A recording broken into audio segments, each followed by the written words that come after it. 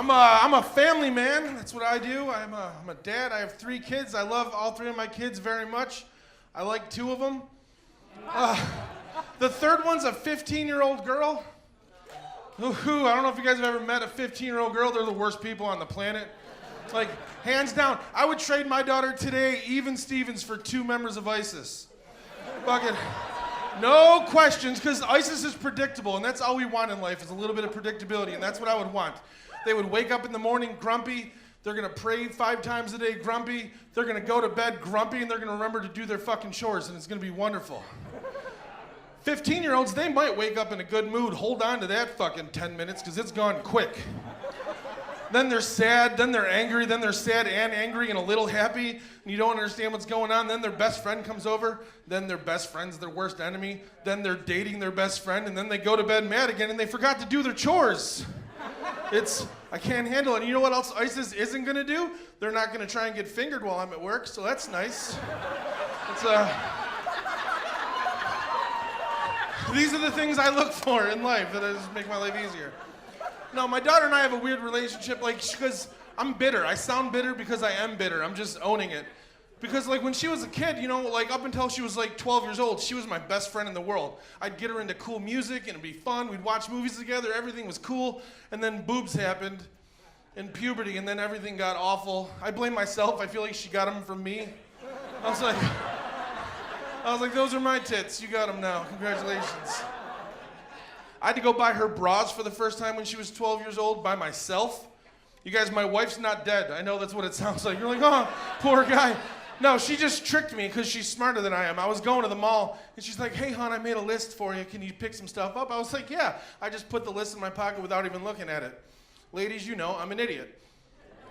So I get to the mall, and I open up the list. It's not a list. It's just one thing written on a piece of paper. It just says, ha, you're buying bras for the 12-year-old. I was like, that's not a list, that's a demand.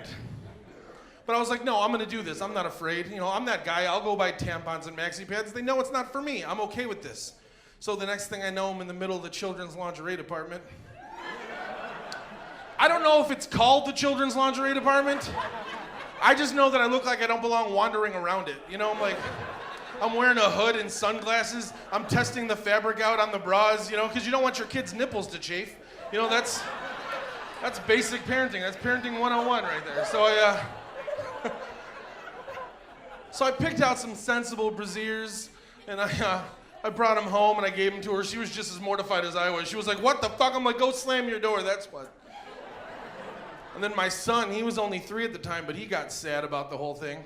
And not because he didn't get a present from the mall, but because between her and my wife and me, he's the only one in the house without tits. I was like, don't worry, my man, keep drinking that chocolate milk. One day this will all be yours, you know? Like, I felt like Mufasa, just depressed, you know? Like, everything the light touches, it's your tits. It'll be okay. No, and now, you know, now she's 15 now, and she's like right in the middle of that like teen angst, rebellion, punk rock dilemma thing she has going on right now. But I'm like, I feel bad for her because I'm an immature 40-year-old. Like, her arguments are pointless at home. Like, I'm still in the middle of that punk rock fucking teen angst dilemma. She's just like, her arguments are just like, I don't even want to live here anymore. Like, I don't want to live here anymore. Let's go behind the shed and get high and look for apartments. Fuck it. Let's go to your room, listen to shitty music, and cut ourselves. I don't know, whatever the kids are doing nowadays. You gotta relate to your daughters, everybody. That's Parenting 201. That's the next class. Then she'll get mad about that kind of shit. She'll be like, I hate my parents. I'm like, I hate my parents. Fuck grandma and grandpa. What else you got, kid? You know, but, you know, and it's only gonna get worse from here. Pretty soon she's gonna be 18. She's gonna go away to college because she's fucking going away to college. I don't care. She can go to community college and sleep in her car. I don't give a shit. She can put a little dry erase board in her car window, be like, Emma's room, yay! You know, like little bubble letters. I don't care. She's going away to college. But then, you know, she's gonna come home from college for like holidays and stuff like that. She's gonna bring her friends around. Then I'm gonna wanna hook up with her friends, you know? Like, she's not gonna want to. Like, 18-year-olds didn't wanna fuck me when they were 18. Or when I was 18, you know what I mean? Like, they're gonna need to, but I'm gonna look worse when I'm 50. I'm gonna look like this, but I've been dead for 2 years already. It's That's the worst part about that. I am fat, you guys. Fat guys have nicknames all the time. That's the worst thing. Every girl gives fat guys the same nicknames. They're always just like, oh, you're my teddy bear. You're my big teddy bear. Yay. You just make me feel safe because you're a teddy bear. It's not safe. It's not safe. What if I roll over during this cuddle? You know what I mean? Like, who's going to help you then? That sounded rapier than I wanted. I just mean like for like lifting purposes, who's going to help you? And why is it only the fat guys that get nicknames? Why don't fat girls get nicknames? That's why. That's why right there. I just said the words fat girls and the whole room was like, and don't get me wrong, I love them, but literally they're the elephant in the room we're not allowed to talk about. Why can't I be like, oh, look at you. You're just like a big old beanbag chair, aren't you? You guys have been so much fun. I'm Rick Matthews. Thank you.